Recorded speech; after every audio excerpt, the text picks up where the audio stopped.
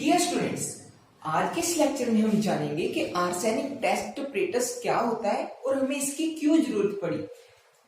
हमें पता है बहुत सी बुक्स में इसके बारे में बताया गया है, बट इस लेक्चर में बहुत ही सिंपल वे से समझाने की कोशिश करूंगा कि जिन बच्चों को नहीं समझ लग रहा कि आर्सेनिक अप्रेटस है क्या और लिमिट टेस्ट क्यों करते हैं आर्सेनिक का, इस लेक्चर के बाद वो बच्चे भी इजीली समझ जाएंगे।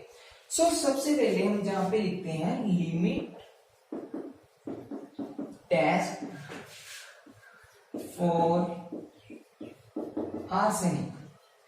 लिमिट टेस्ट के बारे में जानने से पहले हम जहां पे छोटी सी डायग्राम बनाते हैं जो है आर्सेनिक अप्रेटस और limit test for arsenic apparatus, जहां पे है बीकर,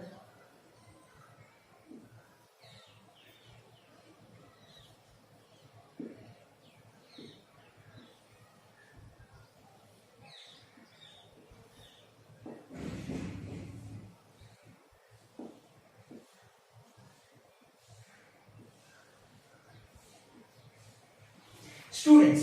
जो आर्सेनिक लिमिट टेस्ट होता है वो जो जिस अप्रेटस में होता है उसका नाम होता है, जहां तो उसे सिंपल कह देते हैं apparatus for arsenic limit test, और उसको जो मॉडिफाइड नाम दिया गया है वो है Gutzeit test apparatus. Gutzeit test apparatus, और इसे सिंपल वे में कह देते हैं limit test for arsenic apparatus. अब हम जानेंगे कि हमें गडजेट टेस्ट अप्रेटस की क्यों जरूरत पड़ी और इसके जो डिफरेंट पार्ट्स हैं उन्हें भी हम इस वे में इजीली एक्सप्लेन करेंगे। अब हम बात करेंगे कि लिमिट टेस्ट ऑफ आर्सेनिक की हमें क्यों जरूरत पड़ी। हमें पता है कि आर्सेनिक की इम्प्योरिटी अगर प्रेजेंट हो हमारी ड्रग में और हमारे फाइनल प्रोडक्ट में, बट वो इंडियन फार्माकोपिया के हिसाब से अगर थोड़ी सी भी आर्सेनिक की इम्प्योरिटी प्रेजेंट हो तो वो बहुत ज्यादा टॉक्सिक इफेक्ट शो करती है। इसलिए इंडियन फार्माकोपिया ने कहा है कि अगर फाइनल जो प्रोडक्ट बनता है उसमें इंडियन फार्माकोपिया के हिसाब से थोड़ी सी भी अनबन होती है और थोड़ी सी भी इंक्रीज होती है आर्सेनिक की कंसंट्रेशन, तो वो फाइनल प्रोडक्ट इम्प्योर माना जाएगा आर्सेनिक की इम्प्योरिटी से। फॉर एग्जाम्पल इंडियन फार्माकोपिया ने जैसे कहा है कि कोई भी ड्रग है, जैसे सोडियम सिट्रेट लेते हैं हम, सोडियम सिट्रेट, जैसे कि हमें पता है कि जो हमारी ये सोडियम सिट्रेट ड्रग है इसमें आर्सेनिक पाई जाती है, बट इंडियन फार्माकोपिया के हिसाब से सोडियम सिट्रेट में 2 पार्ट्स पर मिलियन मतलब 2 ppm, अगर तो 2 पार्ट्स पर मिलियन से थोड़ी सी भी अबव होती है आर्सेनिक की इम्प्योरिटी तो उस प्रोडक्ट को इम्प्योर माना जाएगा, मतलब वो प्रोडक्ट प्योर नहीं माना जाएगा।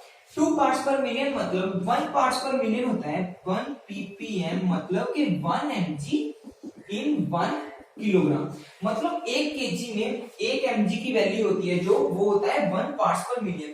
इसलिए इंडियन फार्माकोपिया में लिखा गया है कि सोडियम सिट्रेट में जो आर्सेनिक की वैल्यू होगी वो 2 पार्ट्स पर मिलियन से ज्यादा नहीं होगी। तो स्टूडेंट, ये तो बात हमने कर ली कि हम आर्सेनिक की टेस्ट क्यों करते हैं, ये जानने के लिए कि जितना इंडियन फार्माकोपिया में लिखा गया है उतनी वैल्यू है आर्सेनिक की जो हमारी ड्रग में है, अगर उससे ज्यादा हुई तो कैसे पता चलेगा, लिमिट टेस्ट ऑफ आर्सेनिक। अब हम करते हैं लिमिट टेस्ट फॉर आर्सेनिक। सबसे पहले हम जानेंगे इसके प्रिंसिपल के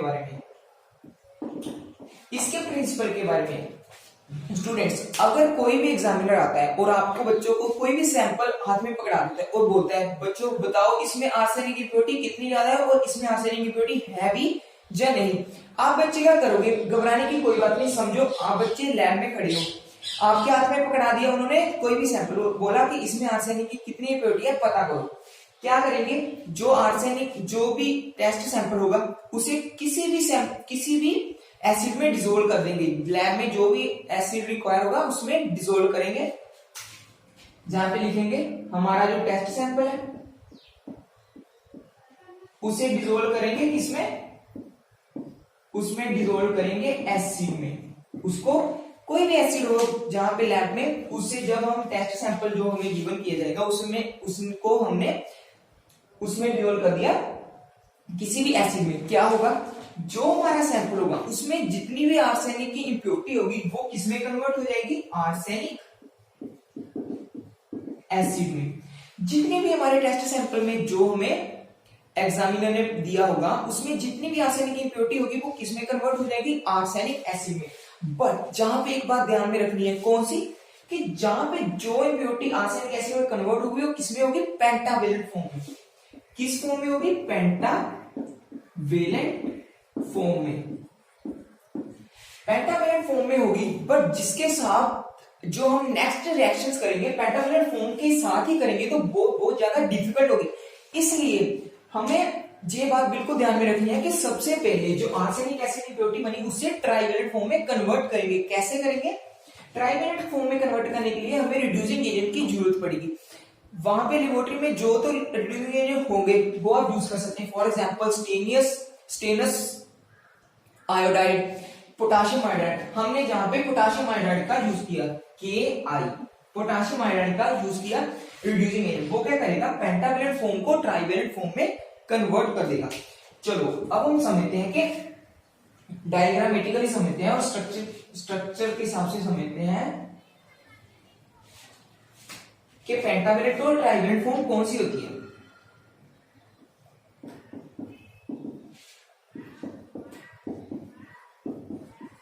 जे हमारी हो गई पेंटावेलेंट फॉर्म,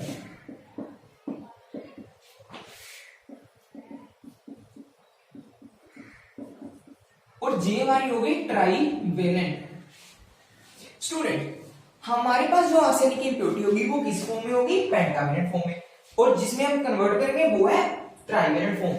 अब एग्जामिनर पूछता है कि पेंटावेलेंट फॉर्म को ट्राइवेलेंट फॉर्म में कैसे कन्वर्ट करोगे। जैसे मैंने अभी बताया कि रिड्यूसिंग एजेंट, हम बताएंगे कि पोटाशियम आयोडाइड यूज किया रिड्यूसिंग एजेंट जिसने पेंटावेलेंट फॉर्म को ट्राइवेलेंट फॉर्म में कन्वर्ट कर दिया।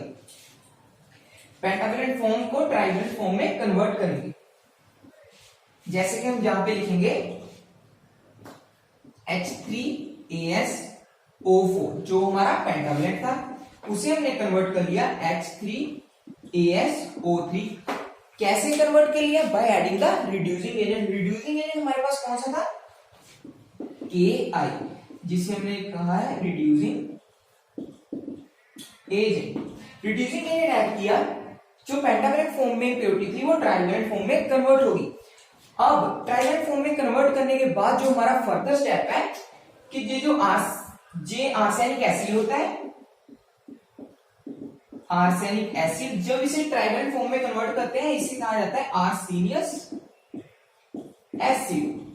जब ये ट्राइवेलेंट फॉर्म में कन्वर्ट होता है आर्सेनियस एसिड, आर्सेनियस एसिड।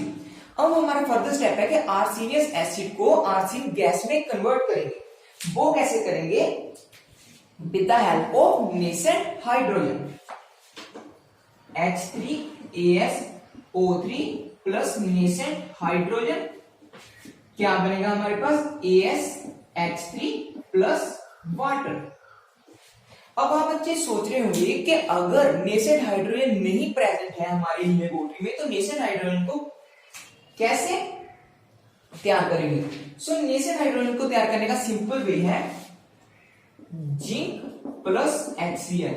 अगर वहां पे लेबोरेटरी में जिंक और HCl को आप मिक्स करोगे तो हमारे पास जो प्रोडक्ट होगा वो निकल के आएगा नेसेंट हाइड्रोजन। और स्टूडेंट अब तो हमने बात की कि जो आर्सेनियस एसिड है उसे कन्वर्ट किया आर्सेन गैस में। ये है आर्सेन गैस का फॉर्मूला। आर्सेन गैस को आर्सेनियस हाइड्राइड भी कहते हैं और आर्सेनिक हाइड्राइड, आर्सेनियस हाइड्राइड, और इसे कहा जाता है आर्सेन गैस। एग्जामिनर हर बार पूछता है कि हाइड्रोजन सल्फाइड, जबकि हमें पता है कि आर्सेनिक का जितना भी हम टेस्ट करेंगे उसमें हाइड्रोजन सल्फाइड हमें रिएक्शन कहीं भी होती नहीं दिखेगी। बट हमें जब ध्यान में रखना है कि जब हम आर्सेनिक एसिड को नेसेंट हाइड्रोजन से रिएक्ट कराएंगे, जब आर्सेन गैस बनेगी ऑटोमेटिकली नेचुरली वे से H2S निकलेगी वहां से, H2S जिसे कहा जाता है hydrogen sulphide, hydrogen sulphide. But हमें किस बात का ध्यान रखना है कि हमें रिएक्ट करानी है आर्सेन गैस, किससे, मर्क्यूरी क्लोराइड के पेपर से। हमें नहीं चाहिए H2S गैस मर्क्यूरी क्लोराइड के पेपर पर। इसलिए हम क्या करते हैं, हम जहां पे बीकर के बिल्कुल ऊपर हम क्या करते हैं, लेड एसीटेट कॉटन वूल रखते हैं, lead acetate cotton wool. Lead acetate cotton wool रखने का हमारा यही पर्पस होता है कि जो आर्सेन गैस बनती है, नॉट आर्सेन गैस नहीं, जो हाइड्रोजन सल्फाइड गैस बनती है, जो H2S बनेगी जहां पे वो यहीं पे रह जाए, वो आगे ना जाए। आगे कौन सी गैस चली जाए? Arsenic, arsine gas. जो हमारी आर्सेन गैस है वो आगे जाए, जो हाइड्रोजन सल्फाइड है वही ट्रैप रह जाए, इसलिए हम lead acetate cotton wool use करते हैं। बहुत बार एग्जामिनर पूछता है कि what is the use of the lead acetate cotton wool in the limit test of arsenic. तो ये इंपॉर्टेंट बात है, ये दिमाग में रखना कि हमें चाहिए आर्सेन गैस, हमें नहीं चाहिए हाइड्रोजन सल्फाइड, इसलिए जो नेचुरली बन रही है हाइड्रोजन सल्फाइड उसे हम वहीं पे ट्रैप करके रखेंगे, जिसके लिए लेड एसीटेट कॉटन वूल को यूज करेंगे ताकि जो हाइड्रोजन सल्फाइड है वो ऊपर जाके मर्क्यूरी क्लोराइड के पेपर से रिएक्ट ना करे। अब तक हमने यहां पे देखा, अब तक हमारे पास जो बनी है आर्सेन गैस है। अब हम फर्दर क्या करेंगे, ये जो आर्सेन गैस है, समझ लो आर्सेन गैस है जहां से चली गई, जहां पे lead acetate cotton wool arsine gas को कोई रुकावट नहीं पेश करेगा, ये करेगा हाइड्रोजन सल्फाइड को नहीं जाने देगा। आर्सेन गैस ऊपर गई, जहां पे हमारे पास क्या है, मर्क्यूरिक क्लोराइड पेपर, जहां पे हमारे पास है मर्क्यूरिक क्लोराइड पेपर। अब क्या होगा, जो आर्सेनिक गैस है AsH3 वो किससे रिएक्ट करेगी, मर्क्यूरी क्लोराइड के पेपर से, मर्क्यूरी क्लोराइड HgCl2। तो हमारे पास जो प्रोडक्ट बनेगा वो क्या होगा, Hg AsH2 जे जो हमारे पास बना है प्लस HCl तो निकलेगा ही, जे जो हमारे पास बना है जे होगा येलो और ब्राउन कलर का, येलो कलर का होगा, जे येलो कलर का, जो होगी स्टेन मर्क्यूरी क्लोराइड के पेपर पे, मतलब ये है येलो कलर का जहां पे होगी। अब हमारे पास हमने पूरा जो पढ़ लिया है, अब हमारे पास सिर्फ चेक करने की बारी है कि हमें कैसे पता चलेगा कि कितनी ज्यादा इम्प्योरिटी प्रेजेंट है। हमने जहां से पढ़ा कि जो येलो कलर है जहां पे होगा मर्क्यूरी क्लोराइड के पेपर पे, अब हम देखेंगे कि मर्क्यूरी क्लोराइड के पेपर पे जितनी ज्यादा इंटेंसिटी होगी, मतलब जितना ज्यादा गाढ़ापन होगा येलो कलर का, उतनी ज्यादा आर्सेनिक इम्प्योरिटी प्रेजेंट है हमारे जो सैंपल गिवन था बाय द एग्जामिनर। मतलब जितनी मर्क्यूरी क्लोराइड के पेपर के ऊपर येलो स्टेन होगी उतना ज्यादा आर्सेनिक इम्प्योर है, मतलब उतनी ज्यादा आर्सेनिक इम्प्योरिटी प्रेजेंट है हमारे सैंपल पे। इस टेस्ट से हमें ये पता चलता है कि आर्सेनिक की इम्प्योरिटी कितनी ज्यादा प्रेजेंट है हमारे सैंपल में। अब इस पूरे ऑपरेटर में से कौन कौन से क्वेश्चंस आएंगे, जे पहली बात तो जे के एग्जामिनर पूछता है कि ये जो ट्यूब होती है आर्सेनिक टेस्ट ऑपरेटर में उसकी लेंथ कितनी है, तो स्टूडेंट उसकी लेंथ दिमाग में रखना 200 mm, mm मतलब मिलीमीटर, और हमें पता है कि 1 सेंटीमीटर में 10 मिलीमीटर होते हैं। अगर मिलीमीटर में नहीं होगी तो कहीं सेंटीमीटर में लिखी होगी, तो हम लिखेंगे 20 सेंटीमीटर।